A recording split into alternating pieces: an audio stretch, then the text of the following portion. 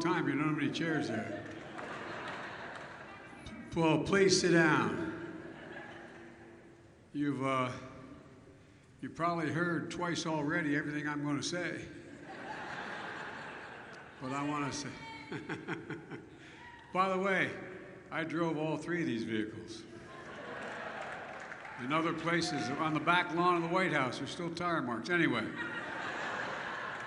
it's great to be back at the auto show, and I want to thank you, Ryan, for that introduction. And I say to your wife, child, no purgatory for you, straight to heaven, being married to Ryan. I tell you. Governor Whitmer, thank you for the invitation today. Where's the Gov? There you go, Gov. As my mother would say, God love you, dear. You're the best. You're the best. And that short guy next to you on your right, I don't know, man. Get up here, Lieutenant Governor.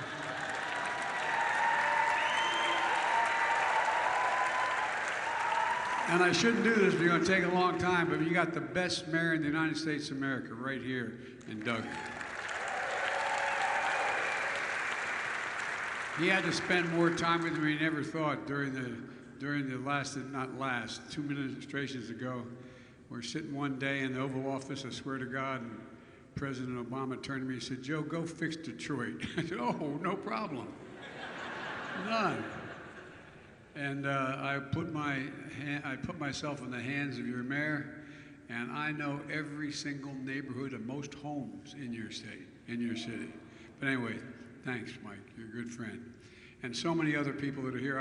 You've heard most everybody else speak so far. My colleagues in the Senate and the House, you've heard from Commander Dingle. I tell you what, I don't screw around. Whatever she says, I do. And by the way, as everyone will tell you, she's over here, Mr. President. No. But guess what? She's always right. Debbie, I love you. Thank you.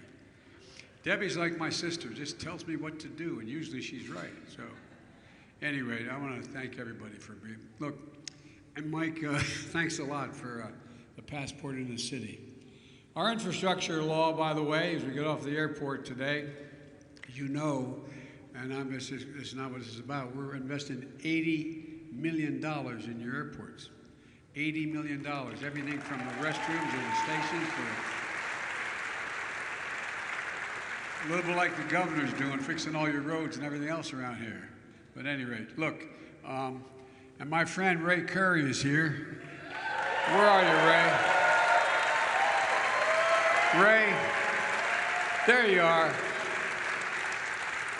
As the saying goes in Claymont, the city I moved to in Delaware when I was in 3rd grade, UAW brung me to the dance. And I got elected in 1972 as a 29-year-old kid to the United States Senate. And it's because we used to have the highest percentage of auto workers of any state in the nation, higher than here, because we had such a small population.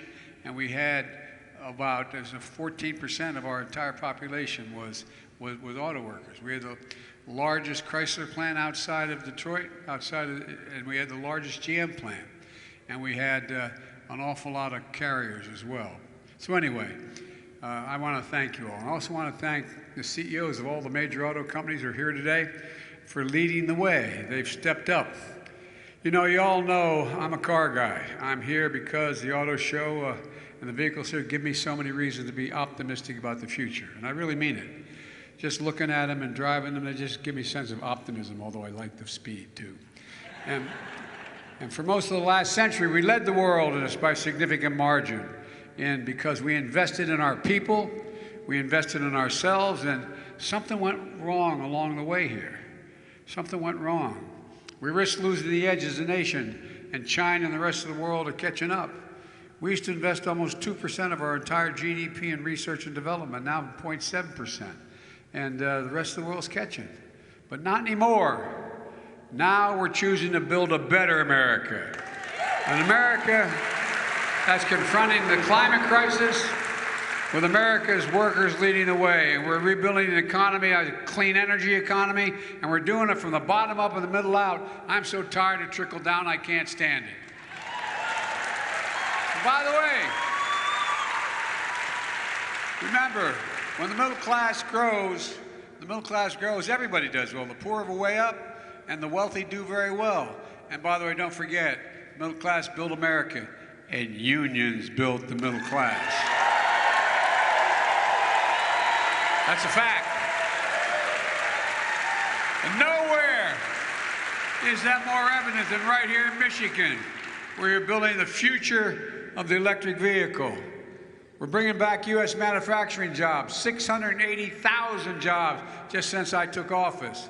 Good paying jobs, union jobs, middle class jobs, jobs that give you a sense of dignity and a fair shot. My dad used to say, all I want is just a little bit of breathing room. Just a family should have just a little bit of breathing room and be treated with dignity. It used to be that to buy an electric car, you had to make all sorts of compromises. But not now. Thanks to American ingenuity, American engineers, American auto workers, it's all changing. Today, if you want an electric vehicle with a long range, you can buy one made in America. If you want one that charges quickly, buy American. If you want one that's fast in the quarter mile, buy American. So, by the way, while we're here in Detroit, building in America, we're making it easier for folks at home to buy it here in America. Companies have announced new investments of more than $36 billion in electric vehicles and $48 billion in battery manufacturing here in the U.S. And we're just getting started. I signed into law the Inflation Reduction Act. It gives tax credits to new electric vehicles, fuel cell vehicles, made in America. And for the first time, you get a tax credit if you buy a used electric vehicle. That's all coming. And part of the infrastructure law, we're investing $7.5 billion to build electric vehicle charging stations all across America. So today, I'm pleased to announce we're approving funding for the first 35 states, including Michigan, to build their own electric charging infrastructure throughout their state. And y'all are going to be part of a network of 500,000 charging stations. 500,000 throughout the country, installed by the IBEW.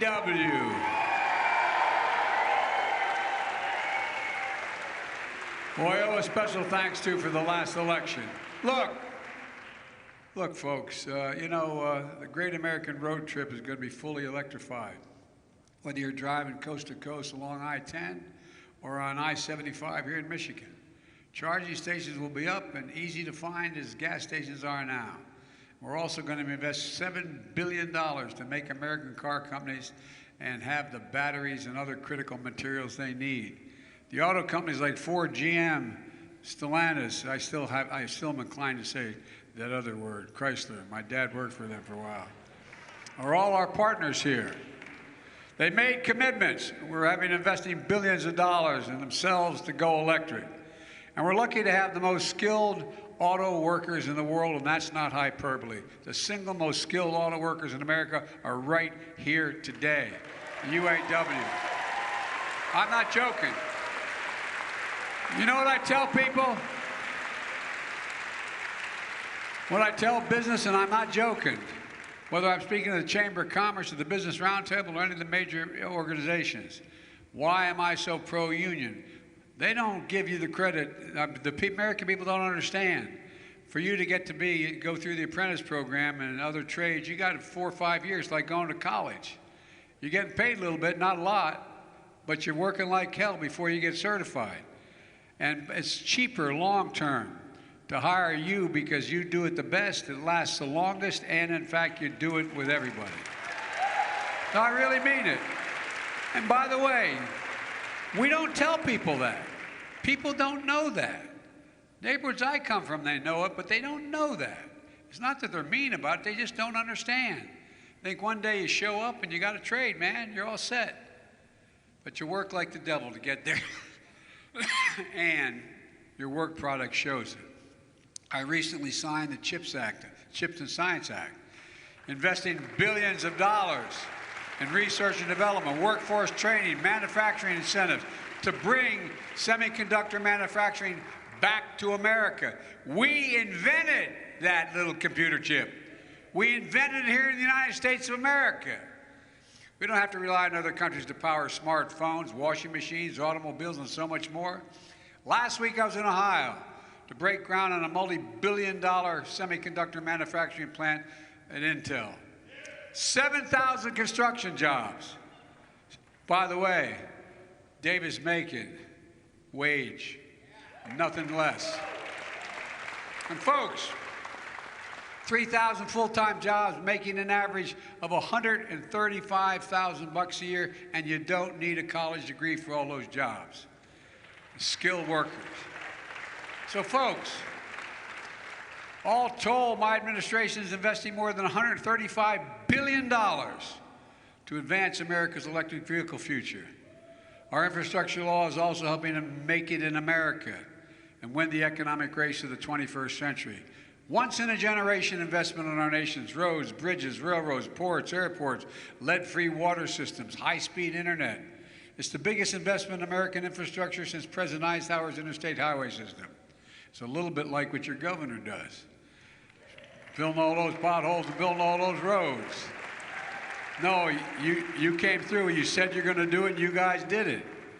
And folks, look, we've awarded $25 million to upgrade 2 miles of Michigan Avenue connecting downtown and Corktown, Detroit.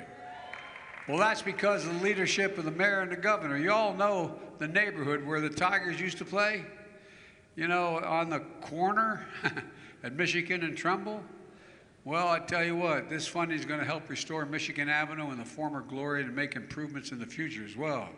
And folks, with the governor's leadership, we're spending $1 billion, $1 billion to clean up and restore areas around the lakes, including the Detroit River, Kalamazoo River, Rogue River, as well as Torch Lake. And that goes to your folks sitting here, right here in front of me. And they're big deals. That's going to make a significant impact on the economy of this state, and by the way, the entire Great Lakes system. And it really is. I don't know, people, I wish I had time, well, I don't want to take your time, but there's so much to explain that people would, when they go, whoa, I didn't know it would do that. But you see these two ladies sitting in the front here? Don't get in their way, because they want to make sure that gets done. And we got a Secretary of Transportation and a Secretary of Energy and a Secretary who all are with us, and they want to make sure it gets done too. Folks, look, when you see these big projects in your hometowns, cranes going up, shovels in the ground, workers with hard hats on, I want you to feel the way I feel, and I really mean it. Pride in what we can do when we do it together. There's nothing we can't do. Working with so many of you here today, my economic agenda has ignited historic manufacturing boom here in America. Where is it written that says we can't be the manufacturing hub of the world? Where's that written? Well, we are now. We're way far away. What happened? Where does it say the most advanced nation of the world can't, and by the way, I won't go into that. But no, I know many of you watching at home are like the folks I grew up with in Scranton and Claymont, Delaware. You feel left out, left behind in an economy and industry that's rapidly changing. You wonder, where's my place going to be in that economy? I understand. I really do. One of the reasons why my dad moved from Scranton, when coal died, everything died. Had to find new ways to learn new skills, new work. Well, but hear me. We're going to leave nobody behind. We're going to be working with companies, community colleges, technical schools, union-led apprenticeship training programs to make sure American workers are prepared to compete and outcompete anybody in the world. And I'm not joking. I am not joking. Earlier this month, I announced a $52 million grant for the American Rescue Plan. That's a partnership right here in Detroit, including the big three, United Auto Workers, to train workers and upgrade factories for electric vehicle revolution. For example, just like they used to be building carburetors, you aren't going to be doing that much anymore with electric vehicles. But we're going to have to build an awful lot of vehicle batteries. And the first people to get those jobs, the first people to train for those jobs, the people that are going to be able to do those jobs, anybody displaced. Anybody displaced. You know, I work with longshoremen back in my state and around the country. And you know, when we got all this new modern equipment to deal with the supply chain, to speed up product coming in, well, we put all these new cranes and equipment in. But I made a deal with I shouldn't say I made, I suggested that the business side of that equation was anybody displaced by any modernization, they got to get the jobs to run those cranes. They got to get the jobs to be trained on every new thing that was going on. And the same thing's going to happen with auto workers. Anybody displaced because they're not in.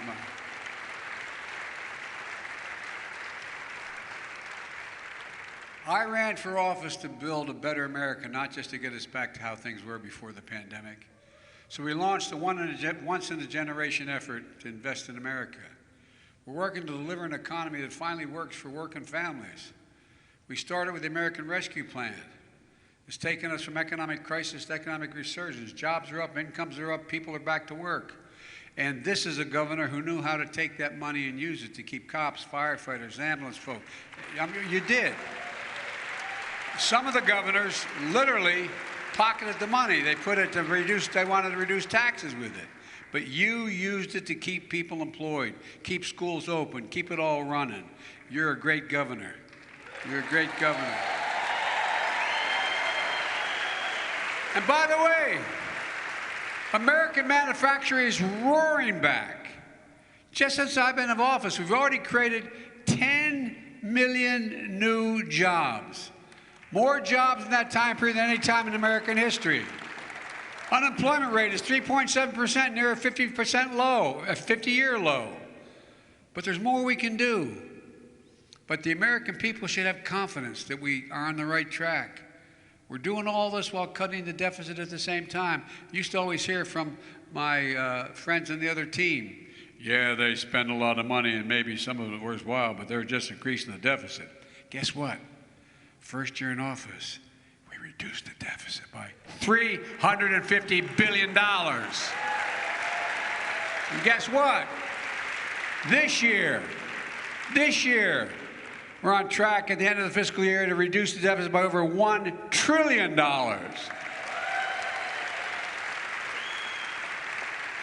And we'll cut it by another hundreds of billions of dollars more over the next decade because of the Inflation Reduction Act. Because Medicare is going to be able to negotiate lower drug prices, meaning taxpayers pay out less money. Look, these investments are also tools to fight against climate change. Building cars with zero tailpipe pollution, running on a cleaner grid, making and inventing the technologies that are going to power the future. Let me close with this. When President Obama and I took office back in 2009, the auto industry was on its back. We were told, as you remember, and this was one, by the way, as I said, all kidding aside, my state used to have the highest percentage of auto workers of any state in the nation. They're all gone now. It's all gone now. But used to have the highest percentage. And guess what? We were told when the automobile industry was going belly up that it would never recover. And the answer, we weren't going to be able to sell American-made cars at the same rate as we did before. But we didn't listen. And this is the God's truth. Because the debate we had internally was, and I made the case, so the president, we bet on the UAW to bring it back. Swear to God, you brought it back. No, I'm not joking. Think about it. The UAW brought it back. That's who we bet on. We're betting on you again. You got a lot of help from American engineers, from American innovation. We extended a lifeline, and we stepped up, and we saved more than 1 million jobs. Because of that work, the U.S. auto manufacturer is in a position today to drive full speed ahead. I believe we can own the future of the automobile market. I believe we can own the future of manufacturing. American manufacturing is back. Detroit is back. America's back. And folks, we're proving it's never, ever, ever a good bet to bet against the American people. Never, never, never. You just got to remember who we are. We are the United States of America. We are the United States of America. And there's literally, I mean this sincerely, there's not a damn thing we can't do. Nothing, nothing, nothing, if we do it together. God bless you all, and may God protect our troops. Thank you, thank you, thank you.